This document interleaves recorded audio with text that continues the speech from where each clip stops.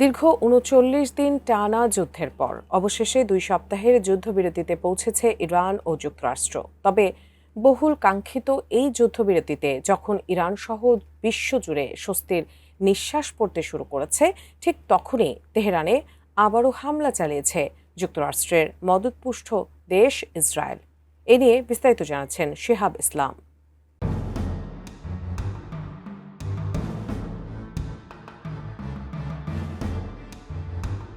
মধ্যপ্রাচ্যে যুদ্ধবিরতির ঘোষণা হলেও উত্তেজনা কমার কোনো লক্ষণ নেই।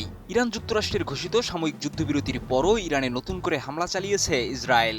এতে শান্তি প্রক্রিয়ায় নতুন করে তৈরি হয়েছে শঙ্কা। আন্তর্জাতিক গণমাধ্যম সূত্রে জানা গেছে, যুক্তরাষ্ট্রের প্রেসিডেন্ট ডোনাল্ড ট্রাম্পের নির্ধারিত সময়সীমার শেষ মুহূর্তে ইরানও যুদ্ধবিরতিতে সম্মতি দেয়। তবে এরপরও ইসরায়েল তাদের সামরিক অভিযান অব্যাহত রাখে।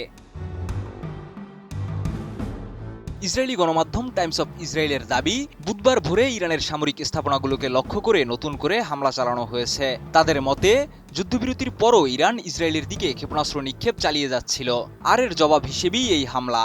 যদিও এই দাবি স্বাধীনভাবে যাচাই করা সম্ভব হয়নি।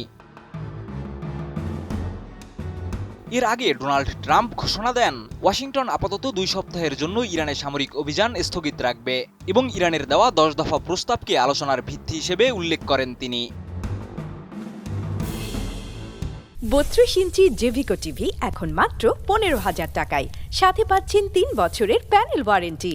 এ নিয়ে চলছে কূটনৈতিক তৎপরতাও। মধ্যস্থতাকারী দেশ হিসেবে পাকিস্তানের উদ্যোগে আগামী শুক্রবার ইসলামাবাদে ইরান ও যুক্তরাষ্ট্রের মধ্যে আলোচনা শুরু হওয়ার কথা রয়েছে। এই আলোচনা ২ সপ্তাহ ধরে চলতে পারে বলে জানা গেছে। তবে এই কূটনৈতিক উদ্যোগের মধ্যেই ইসরায়েলের নতুন হামলা পরিস্থিতিকে আরও জটিল করে তুলেছে। বিশ্লেষকদের মতে, যুদ্ধবিরতির মাঝেও এমন সামরিক পদক্ষেপ শান্তি প্রক্রিয়াকে বাধাগ্রস্ত করতে পারে। তবে এ নিয়ে এখনও পর্যন্ত তেহরানের কোনো আনুষ্ঠানিক প্রতিক্রিয়া পাওয়া যায়নি। অন্যদিকে ইসরায়েলের প্রধানমন্ত্রী বেনিয়ামিন নেতানিয়াহু জানিয়েছেন, এই যুদ্ধবিরতি চুক্তি লেবাননে ইসরায়েলের সামরিক অভিযানের ক্ষেত্রে প্রযোজ্য নয়। তার বক্তব্য অনুযায়ী, দক্ষিণ লেবাননে অভিযান জোরদার করেছে ইসরায়েল এবং সেখানে হিজবুল্লাহর বিরুদ্ধে একটি বাফার জোন তৈরির লক্ষ্যে অতিরিক্ত সেনা মোতায়েন করা হচ্ছে।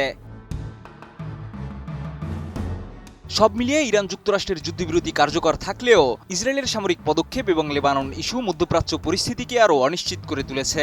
এছাড়া শান্তি আলোচনা কতটা সফল হবে তা নিয়েও রয়ে গেছে সংশয়।